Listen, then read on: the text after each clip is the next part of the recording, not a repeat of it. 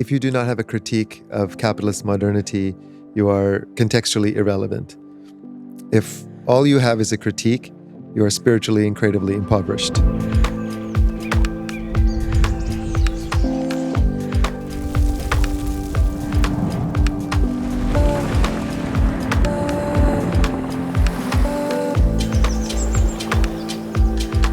Welcome to The Regeneration Will Be Funded. I'm your host, Matthew Monahan, and in this series, we're having conversations about regenerative finance, technology, and our living planet. How can we build an economy that's in service to life? Brought to you by Ma Earth. You can find all of our conversations at maearth.com. Thanks for joining us. Today's guest is Alnoor Ladha. Alnoor is one of the most brilliant, eloquent, radical, provocative thinkers I know. I've been looking forward to this conversation for some time. This is really structured as a wide-ranging discussion intended to introduce some of Alnoor's ideas and work. There's something in here for everyone, so please enjoy this conversation with Alnoor Ladha. We are here today with my friend Alnoor Ladha. Thanks for doing this, Alnoor. Thanks for having me. We're here in Bristol at the Planet Local Summit. How's the event going for you? You know, these things are always conjunctions of sorts, you know. The bringing together of different people, especially after COVID, is beautiful, and there's lots of community here. And I mean that in the non-cheesy, non-New Age sense of community. We share struggle, we share inquiry. And there's also something about the format of PowerPoints and Western Occidental mind that just bores me. You know, both are true at the same time. Definitely. And Western Occidental, can you provide some terminology definition around that? The traditional dichotomy is the Occident was the West and the Orient was the East. But in the modern nomenclature, it's really around kind of the Western European logic solidified by rationalism, linearity, progress as an arrow. And it's a bit of a shorthand, but it's also a disparaging term of sorts, especially if you value things beyond rationalism, separation, materialism. So my hope is that this is the first conversation we'll have of many on camera as part of these emerging media networks and series. And you're doing a podcast at the moment called Deschooling Dialogues. So we'll put links in the show notes. But just so that the audience gets a bit more context for who you are, where you come from, I'm going to ask you that painfully boring question of yes, how you came into this work. And also we'll preface it with, you're one of the most articulate, well-read individuals I know. And you're also, you know, incredibly effective in so many different domains. So I appreciate it's hard to pin it down into some one existing category. My hesitation is less about the categories and more about identity itself. I come from a Sufi tradition, the mystical branch of Islam, and our whole practice generationally as a community, as individuals in practice, is to transcend subject-object, to transcend the idea that I'm a subject viewing objects that are outside of me. And then identity and the activation of identity, whether it's showing someone your passport or talking about your quote-unquote career as if such thing exists, right, is that it reifies the ego. And so it sort of goes against the practice in some way.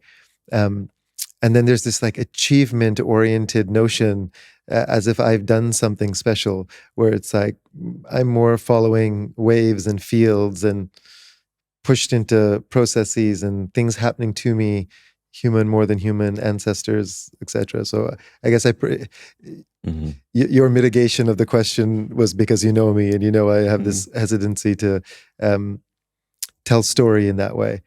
And I know give your CV. Yeah, right. And like journalists always talk about the best journalism starts with story. And like I'm the opposite. When I read a New York Times article and it's like Martha was 18 in the vineyards, I just completely shut off because I'm like, this is totally identified egoic storytelling being used to manipulate the audience, right? And so I'm like, what's the I like ideas per second. You know, I'm like, where's the kind of not just the thinking, but like the thinking feeling nexus that's going to push me outside of my comfort zone. Like that's what I want if I'm going to spend time in content. Totally. So maybe I'll try to do it in like maybe a way that's relevant to the context. I come from East African diaspora parents who met in Vancouver in the 70s. And so they were this product of globalization and British Empire and war and displacement and all of those things. And I grew up with my grandparents who had been exiled from Uganda on my dad's side. And so I always had this interest in, I guess, a more cosmopolitan, interconnected worldview. And then I grew up in the Empire in Vancouver, in the global north. And that was this very powerful seat of the environmental movement. Greenpeace started there. Idle No More, the indigenous movement started there. The major tribes of the area, especially the Haida, were one of the less colonized tribes. They fought for their independence in very different ways, similar to Alaskan indigenous tribes like the Tlingit and the Yupik and others. And so I was kind of, in that sense, very lucky that I was brought into this notion that the environment is not something outside of us. Nature is not some ambient background. And with my interest in, it's even strange to call it the environment, right? With my interest in this idea of nature as a thing not outside of us and ecological collapse and species extinction, with my sort of training and practice in Sufism, and then having the Seattle 99 WTO protests happen in, an hour and a half from my house, and that really kind of informed my kind of interest in the intersection of these things. There was a organizer in Seattle who said something really interesting to me and said it publicly. It wasn't directly to me. I was like a kid and not really an influence in those protests at all. But she said, climate change is not man-made, it's capital-made. And if you don't understand how capital works, you have no use to the climate movement.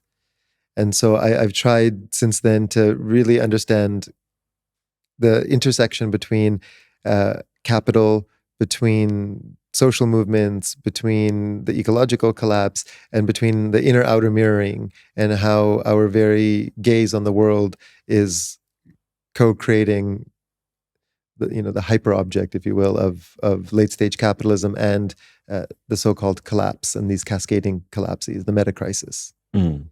And one of the expressions of that work was through the Rules. Can you share more about the Rules? So the Rules was an activist collective its primary function was to be economic alternatives think tank. So we would synthesize some of the most interesting alternatives in the world and present them in different ways using cognitive linguistics and memetics, and maybe the master's tools is one way to say it. And it was also a social movement support group. So we worked with social movements, peasant movements, farmer movements, indigenous movements, landless peoples movements, largely in the global south. And that also informed the alternatives. So we were not putting ideas out there that were from ivory tower policy wonks or academics, but informed by people's struggles in the world. There's a lot of interest in narrative work these days, and people talk about all we need is a new story and we have to change the story. And part of the lens of the Rules was you need narrative and you need deep community organizing infrastructure. And the stories need to be in service of social movements, and then the social movements inform the articulation of those alternatives. Mm-hmm. And when you were examining narratives in those days, which was I mean, the rules ended, what, 2 years ago? It was about an 8-year journey or something? It was an 8-year journey, 2012 to 2019. We had a year of organizing informally, and then we made this decision to say, we're all working second jobs to do this work. All of us are against the NGO industrial complex, and at the same time, there's something to be said about having funds to do this work for a period of time. So we decided as an anarchist organization to do this experiment, to live for 8 years. And so we closed at the end of 2019. And then from that emerged a few projects. And they didn't emerge at the end of the rules necessarily. Our land-based project, what we call a post-capitalist experiment, Tierra Valiente in Costa Rica, started in 2016. The research for that started in 2012. Part of the impulse of that was we said we need resistance and renewal. We need to remove the noose of capitalism from the neck of 99% of humanity and all other species, but we also need to live the alternatives. And so we started this exploration, and it culminated in a land project in 2016. Transition Resource Circle, which I co-lead with Lynn Murphy, who you know very well, and is going to be doing interview on Ma Earth. That started in 2017. And then Culture Hack Labs, which has sort of taken on the legacy of narrative work and the culture hack method that came out of the rules, started as the rules closed.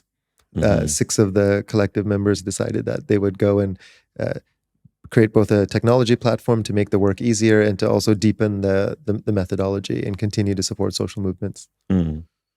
Yeah. And one of the things that always really stuck with me from the rules was that intentional ending, or that intentional temporality, because so much of the current systems of both the NGO complex and for-profit capitalism has kind of an implicit ethic that you want to build something that perpetuates and that keeps going, and that's like an indication of success.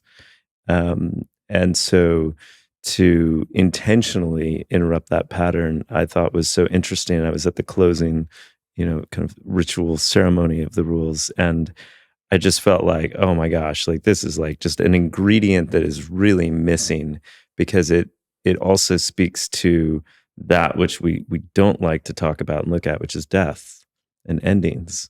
Can you say more about all of that?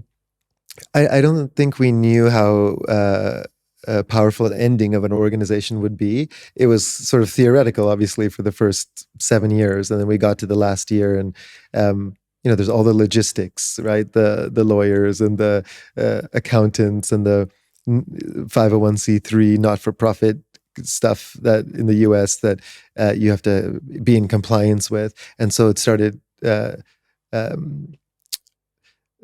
kind of event horizon started coming towards us, and then we also realized how freeing it is.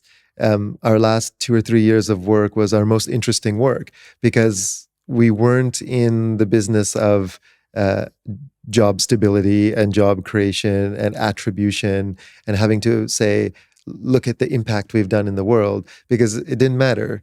The funders and the supporters and the broader community that were with us knew from the beginning that we were going to close. And it's very liberating. And it also taught me a lot about organizational design. And when you're designing for perpetuity, you tolerate a lot more from people who are not aligned. And when you have a short period of time, you have to find the right people, because a year and a half with somebody who's not the right person has these disproportionate impacts. So there was this like hygiene almost in the interpersonal side. And then it freed us creatively, because we were like, we don't have to fundraise in perpetuity. We know we're going to end. And part of our pact to each other when we started the rules was that we would all become highly unemployable.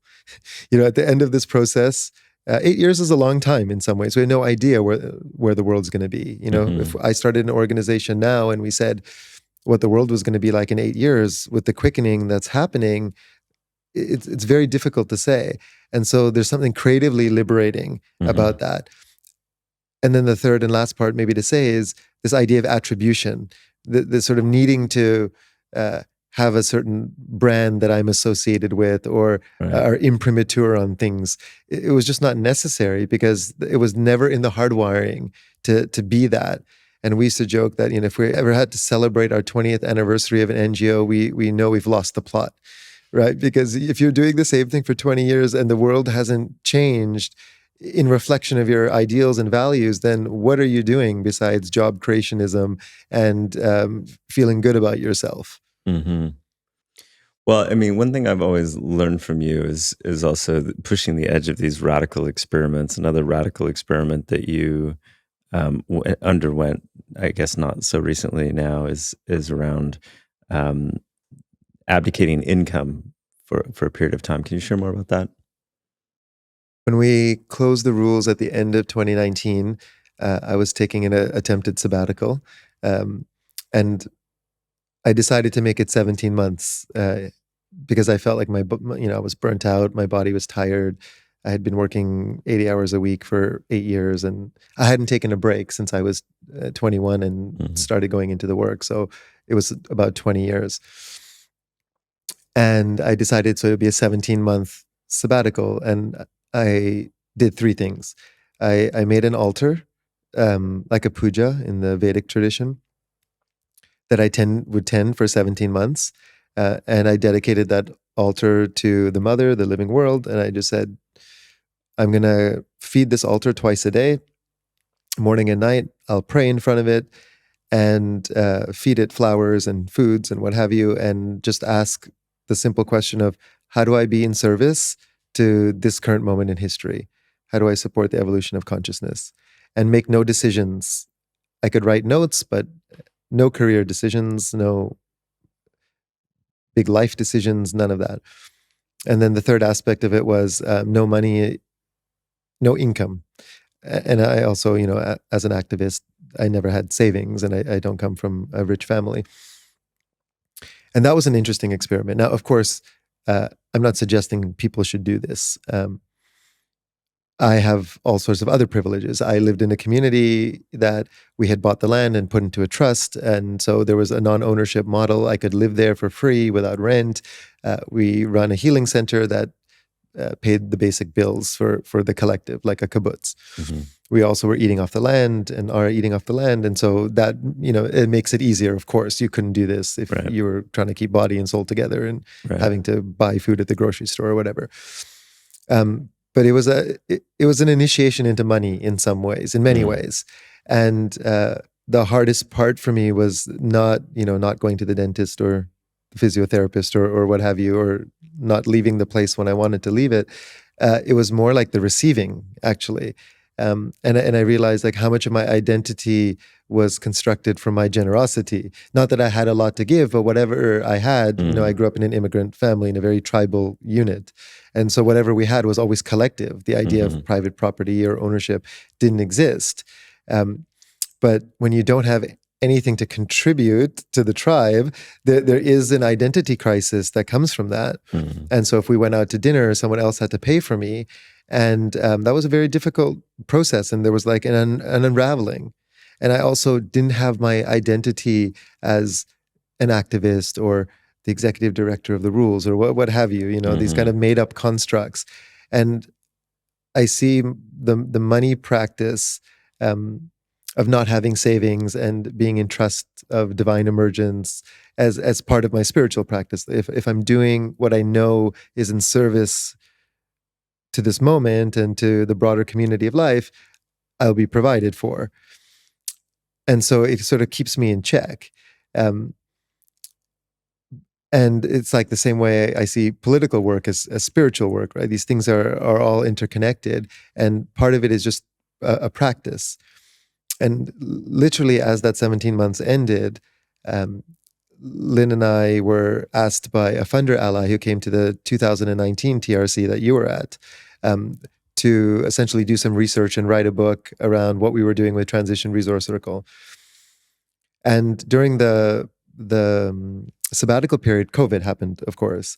And so we did this gathering at the end of 2019 as part of the closing of the rules, what we thought would be our last Transition Resource Circle, bringing these funders together to think about the inner-outer mirroring, the spiritual political overlay, how we liberate capital and service of capital. And I had no idea where that would go. But as COVID happened, there was this request for accompaniment. And so in that 17 months, I never really had a sabbatical, but I got to do the work I wanted to do instead of, as soon as money's involved, there's this sense of expectation. You'll do milestone reports and grant reports and do the work that you said you would do to this funder 2 years ago, even though the context has totally changed and all of that. I didn't have to do that. I was still working, but instead of, 70 hours, it might have been 40. And I was doing all the things I loved. And part of that was the strategy and thinking through of how foundation work and endowment capitals could be useful to social movements, to indigenous people's movements, to build post-capitalist infrastructure. And then we got asked to do this, and it was right at the end of 17 months, and I was like, oh, I'm allowed to make a decision now. I'm allowed to have some form of income. The experiment's over. And then I kind of retroactively realized like that was my initiation into doing this work. Mm-hmm. Because if I didn't have good money hygiene, I couldn't be in a position to tell other people how to be with money. Mm-hmm. And it doesn't mean it's over. Like, Lynn and I found this when we were writing the book, that as soon as you invoke ideas like post-capitalism and liberating capital and playing with the deity of money as a thought form, it starts to have its way with you. Mm-hmm. As a being, it starts to say, oh, you think you're beyond me. Oh, you think you could live outside of the confines of capital. You think you're special, and it would test me in all sorts of ways. And so it's this kind of ongoing practice of understanding the complexity of money and its shadow, and also not demonizing it. Also understanding it's a resource and it can be useful to building post-capitalist realities. Mm. So you've used the word capitalism and post-capitalism in the book that you and Lynn co-authored, Post-Capitalist Philanthropy. And we'll talk to Lynn in more depth about Transition Resource Circle, and folks are invited to watch that episode. Help define post-capitalist and capitalism. Capitalism has a prime directive, which is to grow capital. It's as simple as that. And by any means necessary. The extraction, destruction of the living world, invention of compound interest, it doesn't matter what it is, it's the growth of capital by any means necessary. That's the simple definition of capitalism. By post-capitalism, we're not referring to a system that will come after capitalism. It's not post-capitalism. It's not, post is not temporal solely. Mm. Post, we use it in the same way that academics talk about postmodernity, informed by modernity. And so we want to be informed by this 500-year experiment in modern capitalism. And so how do you do that? Well, we just look around us, right? What does the existing incentive landscape of capitalism reward? It rewards short-termism, greed, sociopathy, psychopathy, extraction, hoarding, commodification, transactionalization, etc. Right? We just look around the world and it's a reflection of the structure and the rules of the system that are generative. And I don't believe in a conspiracy theory. I think of the existing operating system as a complex, adaptive, evolutionary system, and so it's alive. Not the way an ecosystem is alive, but the way Frankenstein or artificial intelligence is alive. And so it's feeding on itself. And so, we're told a merit system exists, right? You get the right job, you go to the right school, you'll be elevated. But actually, what complex adaptive systems do is they find the best hosts of its logic and they reward them. So they move them to the top. And it's actually a very freeing idea in some ways, right? We, instead of looking at whoever's on the cover of New York Times or Fortune magazine or the latest Netflix documentary, I'm thinking Inside Bill's Brain or whatever the Bill Gates documentary is, these are not the most successful, most intelligent people. These are the best replicators of the logic of late-stage capitalism. Mm-hmm. And so what post-capitalism is trying to do is to learn from cultures I think of them, and we talk about this in the book, as new, ancient, emerging. Some of them are ancient wisdom traditions. Some of them are recent experiments, like the Zapatistas, 40-year experiment in Mexico, or Rojava, which is the Kurdish autonomous state between Iraq, Turkey, and Syria, which is a 10-year-old, 11-year-old experiment now. But also ways of being with people that are not simply structures or states or communities, that are informed by values like generosity, altruism, empathy, reciprocity, solidarity with all life. And so the values inform what's to come. And a co-op done in the right way could be post-capitalist. A co-op done in the traditional system with the traditional values, even though it's the same structure technically, can replicate the values of capitalism, as they often do. Mm-hmm. And so that's the kind of the notion. So there's indigenous communities that are post-capitalist that exist now and have existed for hundreds of years, some of them thousands of years. So it's more than temporal, if that makes sense. Totally. And how do you feel about this phrase, like prefigurative politics? Because it sounds very similar in terms of what you're suggesting, that the values inside of, a group of people informs kind of, and it could be capitalistic, it could be post-capitalistic. I like the notion of prefigurative politics in the sense that, well, maybe I just go straight into an example, right? Let's take anarchism and libertarianism. Anarchism is prefigurative. Libertarianism is not. Libertarianism is almost ahistorical in this sense. What both of them share is the values of autonomy, freedom, independence, localization, not having the governments determine how we live. What libertarianism says is, well, now we've acquired all the resources, let's remove the government so we can have unfretted capital growth, undisturbed power, essentially. Mm-hmm. What anarchism says is, let's think through structures and systems that reflect the values of the world we want to live, and let's not have government influence and subdue our democracy. And so anarchism is about subsidiarity, which is to bring power to the unit that matters, which is the community and the peoples that are in interaction with the bioregion or place, essentially. And so prefigurative politics is interesting in that when it's brought into an anarchist lens like that. All anarchism is essentially the idea of localism with justice and creating structures that would benefit all beings.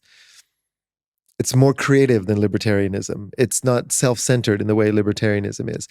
Now, I think there's a shadow side to prefigurative politics, which is the sense that we have the time and space and the privilege to think through what world we want to live and then actively create it. I think the world is actually much messier and more entangled and more complex than that. It's more of a palimpsest, like an art project where it's layer on top of layer on top of layer. And so libertarianism is ahistorical in the sense that it doesn't think about where capital came from: genocide, pillage, slavery, colonialism. It's like, pull yourself up by the bootstraps and let's create the world we want now with the things we have. And it benefits the people that have already benefited from the 500-year head start of capital. And just because I think it's such an important point of your philosophy is like, can we go deeper on this historical versus ahistorical? Because I think a lot of people in a United States technology context would often identify with the philosophy or worldview, and I'm overgeneralizing, apologies, but I hear it a lot in my time in Silicon Valley, which is to say, the rules of the game have been corrected for the injustices of the past. We got rid of slavery, we stopped the genocide, and now we have democracy. And I to ask me to be accountable for my ancestors is unfair, dissonant, counterproductive. unknowable, untraceable, etc. And that core idea is quite different than what you seem to be building your analysis upon. Yeah, so let's think about the invention of capital in the first place, right? Modern capital, as we know it, was invented in the 1400s in Europe. Usury was against the major religions of the time, Judaism and Christianity, and the Christian Empire wouldn't allow the use of usury to charge interest on capital, right? This is the kind of invention of compound interest comes from the Medicis. There was a war between the French and the English, and they essentially financed both wars at interest. And they said, well, we think the English are going to win the war, so we'll just charge them 4%, and we're going to hedge our bets. And if the French win, we'll charge them 7%. It doesn't matter who wins the war, we will benefit disproportionately. And the Vatican sees this and basically says, and understands that the Medicis were going to become the most powerful force in Europe if they themselves didn't charge interest. And so the Vatican Bank charges interest, and the Medicis and the Vatican go to war for 7 years and essentially hit an impasse. And as that's happening, every nation state in Europe invents their own currency and debt-based currency based on interest. So what that does is it sets in motion this entire growth debt-based system that we're still in the wake of, right? There's no such thing as historical colonialism or historical imperialism or historical capitalism. We are in the ongoing coloniality, right? The colonial capitalism of 15th century Europe is still alive and with us today.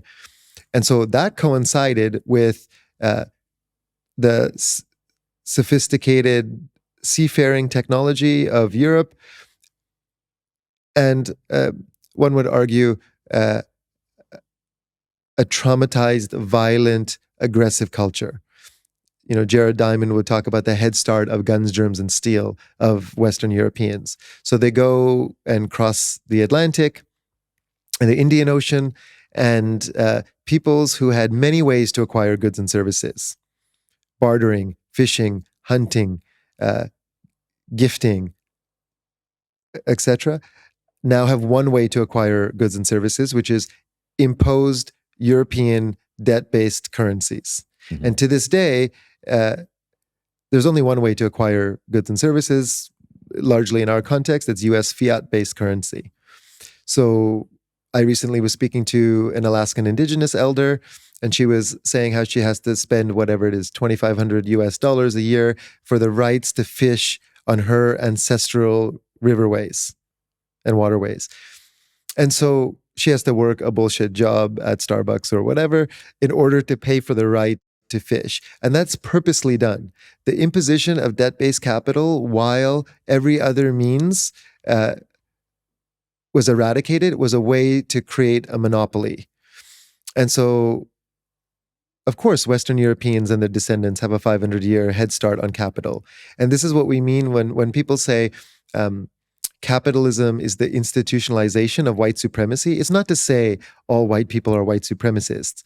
It's in the structure of the system itself. It's why there's a direct correlation between GDP per capita and race. Mm-hmm. It's why when you look at a place like the US, African Americans who are descendants of slaves are disproportionately poorer because they've only been in the economic system since the 1960s. And so what an ahistorical approach does is it creates this sense of amnesia, right? And it gives libertarians an alibi to say, well, we've corrected for historical injustices when the very structure itself is built this way. And it's similar to patriarchy. We could say that capitalism is the institutionalization of patriarchy. Now, same thing. It's not to say every male is a patriarch, but it's to say that patriarchy is structurally embedded within the system itself. Because from the city-state, invention of the city-state in 5,000 years ago, ancient Babylon and Ur and Uruk, it was structured in a way that physical strength became the dominating factor, and we invented these patriarchal hierarchies, right? We look at something like the ziggurat, the first buildings we know human beings made. And the way they were structured was that the surplus, the grain, was at the bottom. The militia class was on the second floor to protect that surplus. The priest class was on the third floor because we invented these cosmologies to keep people in line. And then the Sun King or the Sun Emperor was at the top. And you go from ancient Babylon to modern New York, and the leap is in some ways insignificant because it's the same structure. And so we now live in a world where abstract thought gets rewarded.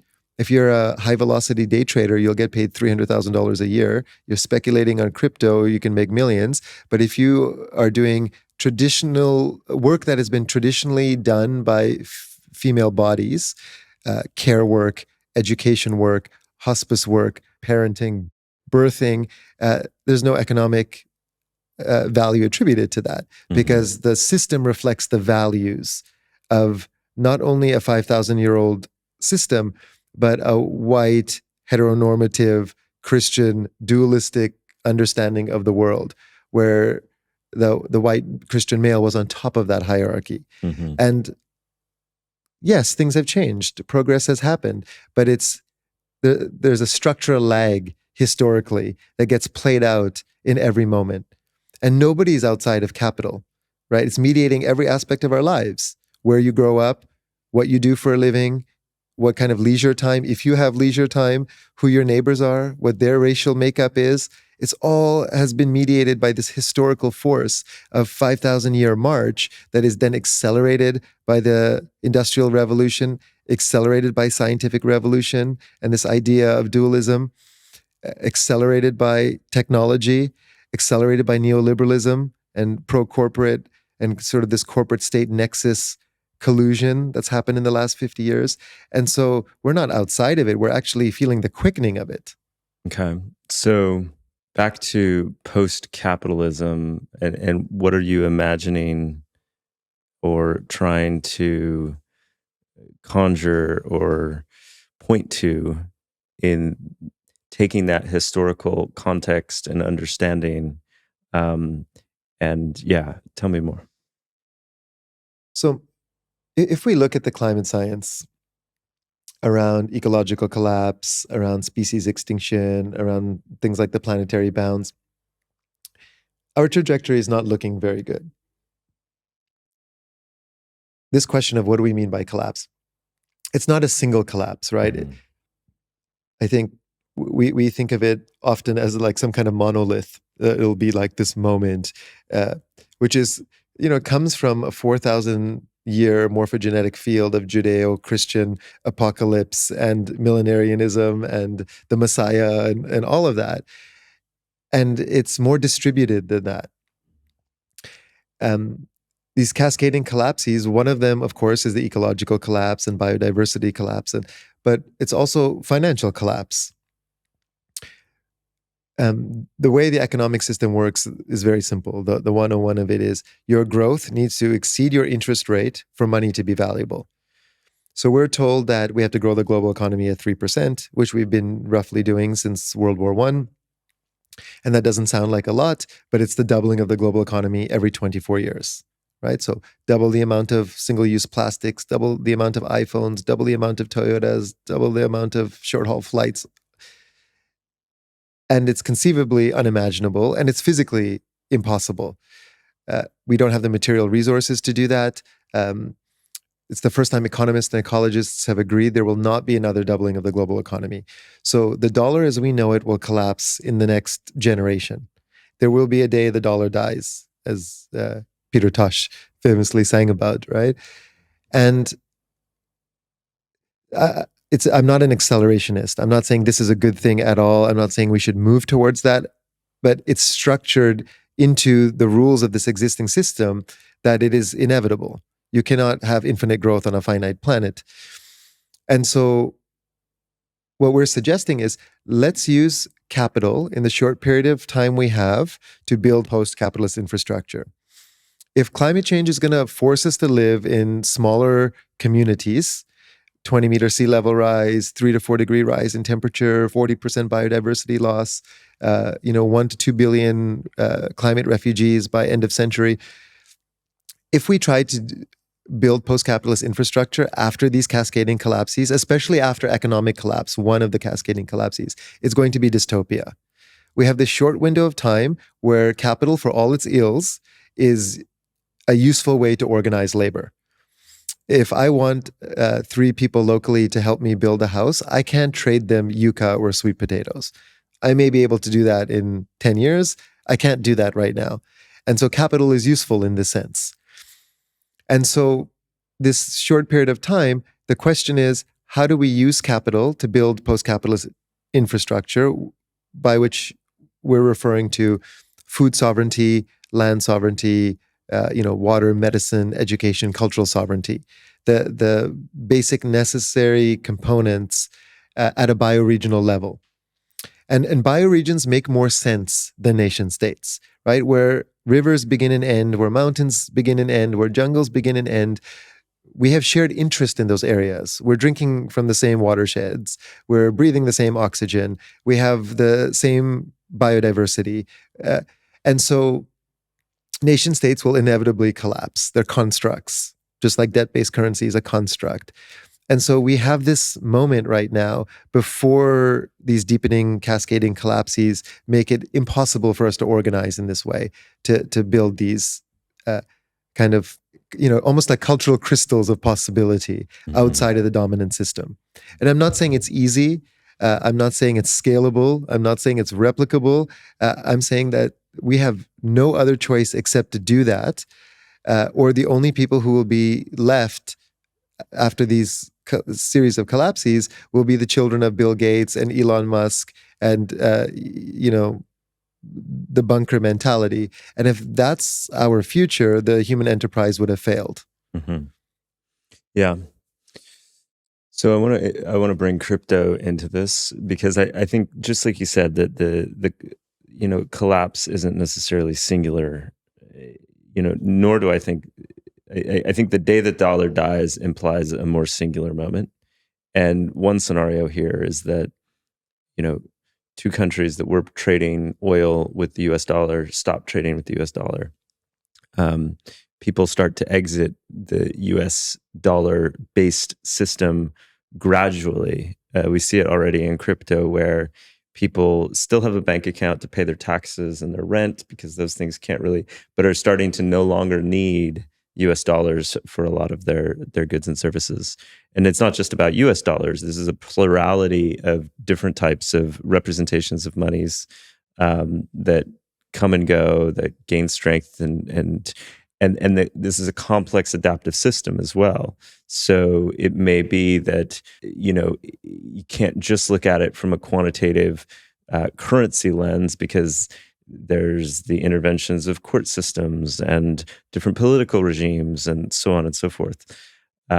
So I think that what we're witnessing in crypto could be that as these different types of things like nation states deteriorate, and things like bioregions strengthen, or things like currencies come and go, that we witness the increase in a plurality of different types of representations of value.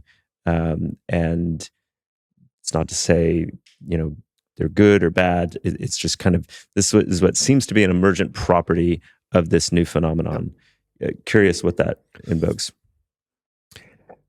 When I look in the crypto space, what I see is the possibility is, of course, the idea of like decentralized blockchain projects that are not owned and run by federal reserves or nation states. And that could be a very important part of post-capitalist infrastructure, for sure. That possibility exists. I think the shadow side of it is that we use the same logic to try to create currencies outside of the system. And by that, I mean people who are in the business of like speculation and something like Bitcoin. Like Bitcoin's value right now is determined by the US dollar. That's what makes it appealing. That's what makes the speculation and the hoarding of it and the the propaganda that often comes from the Silicon Valley community around this, because they were early entrants into that currency. And so I think what's required is what we would talk about as ontological shifts in and a motivational landscape, an incentive landscape for why we're building decentralized currencies. And if the incentive is not speculation, but redistribution of wealth, protection of biodiversity, potentially even demurrage, degrowth currency that decreases in value, that may have something like a universal basic income included within it, it could probably be one of the most powerful pieces of transition infrastructure to post-capitalism we have. And I know this is what you're thinking about with Ma Earth.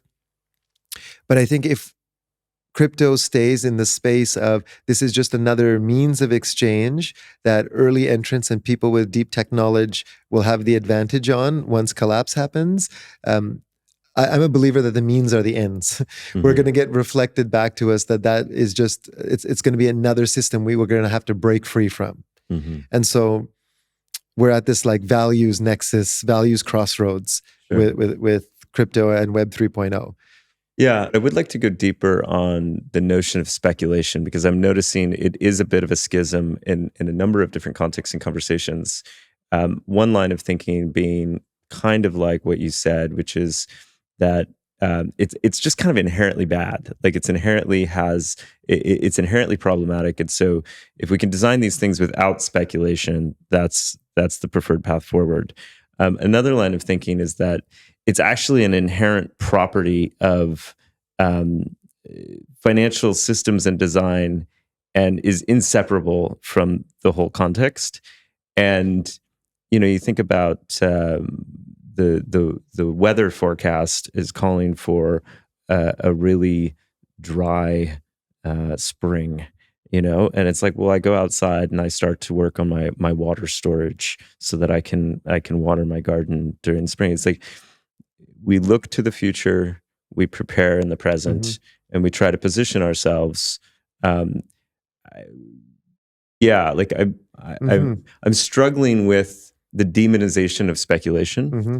whilst also agreeing with a lot of the context in which it's being demonized. Yeah. So the way I see it is preparation and speculation are different. And so speculation as like a distributed phenomena of actors within the space, I think is going to be inherent and natural. It's more speculation in the structuring. And so when I talk about the ontological shift in this sense, what I mean is if we are creating alternative currencies with the same level of consciousness, which is around commodification, us versus them, zero sum, what can I get? How do I be on top of the pyramid or the ladder? Which is not everyone, but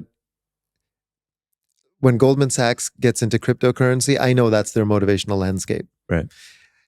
And when big players and nation states start backing certain cryptocurrencies, I know that's going to be the outcome. But if we could use blockchain technology, which is a highly sophisticated distributed cryptography, it's a technology that could be really useful with an ontology of animism, of interbeing, of relationality. The possibility of what that could do is very powerful. And of course, there'll be some speculation in the game, but the speculation is not structured into the very nature of the thing. Mm-hmm. That's the distinction I'm making. Mm-hmm. Okay. Yeah. Okay. So zooming out a bit out of crypto context, I mean, you use this frame of the Kali Yuga, and you mentioned the quickening. You mentioned that maybe what you did with the rules and seeing 8 years ahead is not possible now, or it's not the same because things are just happening at mm-hmm. such an accelerated rate. How do you view the world and the moment we're in? So this notion of Kali Yuga comes from the Vedic tradition. And in the Vedic tradition, there's this grand Yuga cycle. We'll use one formation of that, which is Sri Yukteswar, who was one of the great Indian sage, and they would probably say more of an astronomer than an astrologist, but his lens is 26,000-year cycles, which is one of the shorter numbers. Some people will say 260,000 years. The point is that these are long cycles. And within the long Great Yuga cycle, there's 4 sub-cycles. It starts with the Golden Age, the Satya Yuga, degrades to the Silver and to the Bronze, and then to the Dark Ages, which is the Kali Yuga, which is not directly related to Kali, the goddess, but shares an etymology in darkness. What I like about the frame of the yugas, even though it's being used by right-wing Hindu nationalists and others as everything will be co-opted, right? We'll co-opt yoga, ayahuasca, whatever it is to perpetuate the comforting frames of modernity and special interests and all of that. But what I like about it is it disrupts this notion of linear time. Time is cyclical. It brings in the idea of contextualizing ourselves in a current moment. And it's a recognition of the complexity of this moment. There's a line in the Yugas, in the Vedas that says, if you do not know you're in the Kali Yuga, you're of no use to the Kali Yuga. And so I use it metaphorically like that. And I look at other traditions, wisdom traditions, that have very similar prophetic sense of this moment, right? The Buddhists call this the age of degeneration. The Hopi have the prophecy of the sixth sun, which is this moment. The Iroquois have the prophecy of the seventh fire, that we will hit a crossroads where we have to make a decision between letting go of our certainties and our comforts and the things that we know, but the very living in that way is destroying the world, and some other place that is beyond certainty, beyond knowing, which is not even comprehensible, but that requires this leap of faith and this shift in our ontological lens of the world. In the alchemical tradition, they call this the time of the underworld. So acknowledging that we're in this moment, scientists will say this is the Anthropocene, where humans have destroyed and affected every aspect of the biosphere and the ecosystem. And I think that acknowledgement is critically important. Now, does that mean that I want us to be in the Kali Yuga? Absolutely not. Do I think that there is some subjective preference if things are getting better or worse? I do not believe that. I believe the Bill Gates, Steven Pinker worldview that progress is an arrow and things are getting better because we have a microwave in every house and there's less world wars or whatever, is an insane idea given what we know. Mm-hmm. Like, how can we measure the destruction of old growth forests or 200 species a day going extinct or indigenous languages being wiped off the face of this planet with the fact that there's a microwave in every house? These are non-comparable things. Whatever we are doing, this way of living within capitalist modernity, in this work, live, consume, die paradigm, as Hakim Bey called it, is actively destroying the living world, and we are clearly not happy. Right? Spikes in depression levels, spikes in autism, spikes in domestic violence. We can say there's less world wars, I guess, but what are we measuring? There's ongoing perpetual war in Syria, in Iraq, in Libya, in the Ukraine, in all parts of the world. It's just being measured differently. The idea even that poverty is decreasing is such an insane idea, because what they're measuring is numbers from like the 1850s, when most people were acquiring goods and services outside debt-based currency. And so now there's more income per capita, but everything is financialized and costs more. So it's a kind of almost a accounting black magic in order to tell a story that fits a certain worldview. And of course, power elites, the 1%ers, smart, educated people like Steven Pinker at Harvard and Bill Gates and Elon Musk are going to want to say the world is getting better and point us to these other projects, with the colonization of Mars or what have you. And these escapist fantasies like transhumanism support their worldview. Now, for every dollar of wealth created, since 2008, since the financial crisis, 93 cents ends up in the hands of the top 1% after the multiplier. Okay, so 93% of all of our life force ends up in the hands of the top 1%. It doesn't matter if you're working at Goldman Sachs or you're serving ayahuasca on weekends, we'll right? We'll put a link in the show notes to Jason Hickel's work on this. And Jason talks about this in his book, Less is More. And so, of course, power elites are going to tell us the world is getting better. And so part of why I think it's important to situate ourselves in the Anthropocene, even though I disagree with aspects of the notion of the Anthropocene. You were talking to Bio earlier, that the arrogance of the concept of the Anthropocene, that humans are so central, or that all humans equally created this problem when it came from Western European, North American colonization. We know something like 92% of all climate emissions have come from industrialized countries. And so the Anthropocene is not equally distributed. And yet there's something powerful in acknowledging the notion of the Kali Yuga or the Anthropocene to situate ourselves in the messiness of this moment, to not be fed the hopium of technology as progress, of Western liberal democracy as somehow a pinnacle of civilization. This is just one formulation. We can do better. It's possible. Whatever situation we're in is not inevitable. And that's what situating and contextualizing does. And that's why I think it's important. Right. And it leads me to my final question, which is, it sets the setting for what you like to refer to as being contextually relevant. Share more about that. Well, there's a line in the book of Post-Capitalist Philanthropy that says, if you do not have a critique of capitalist modernity, you are contextually irrelevant. If all you have is a critique, you are spiritually and creatively impoverished. And so the first part is really to the New Age and the spiritual bypassing in general, the conspiracy theorists and others. If you do not understand the water in which we swim, which is capitalist modernity, which is not an economic system, it is a socio-cultural economic nexus. It's an assemblage. It's the invisible architecture in which we exist.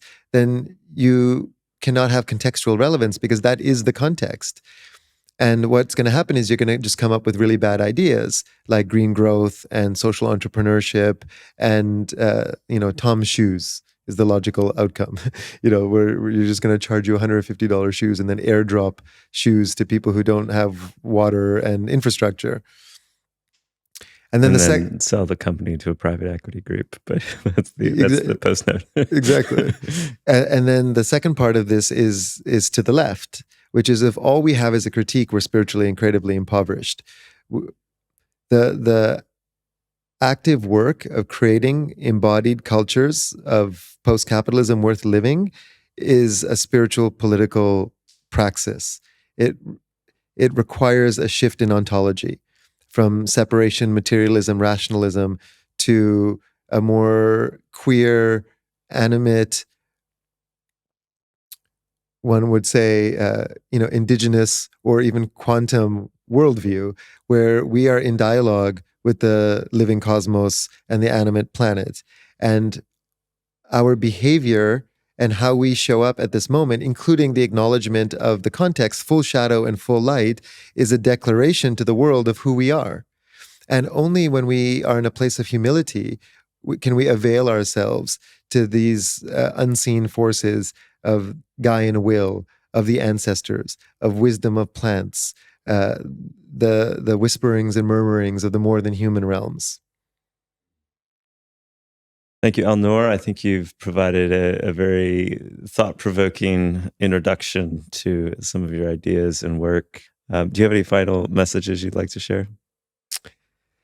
Final messages? No, I think we're always in the middle, right? And this is part of just the ongoing dialogue. Even though it sounds like I say things with certainty, I'm also in the inquiry of these things, right? And my contemplation has led me here, and I'm also willing to be moved somewhere else. But I don't believe these are my ideas or my agency or my will that's moving this. right?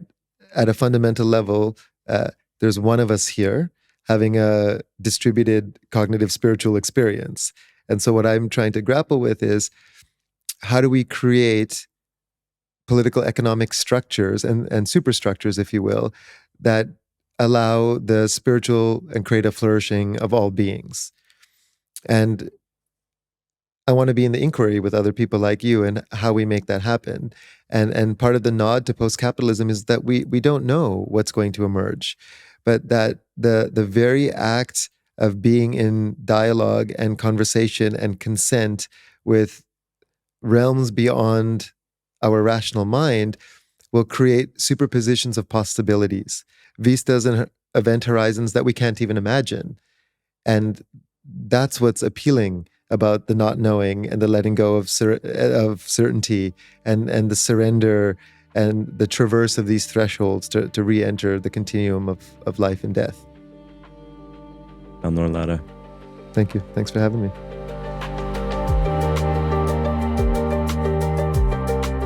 Okay, I hope you enjoyed that conversation with Alnoor. Leave us a comment and let us know what you thought. To find out more about Alnoor's work, go to transitionresourcecircle.org, culturehack.io, braveearth.com. Alnoor also has a new podcast series coming out called Deschooling Dialogues. We'll put a link in the show notes as soon as it's available. You might also be interested in the conversation we had with Lynn Murphy, co-author of Post-Capitalist Philanthropy. All of our conversations can be found at maearth.com. Thanks for tuning in, and I'll see you on the next one.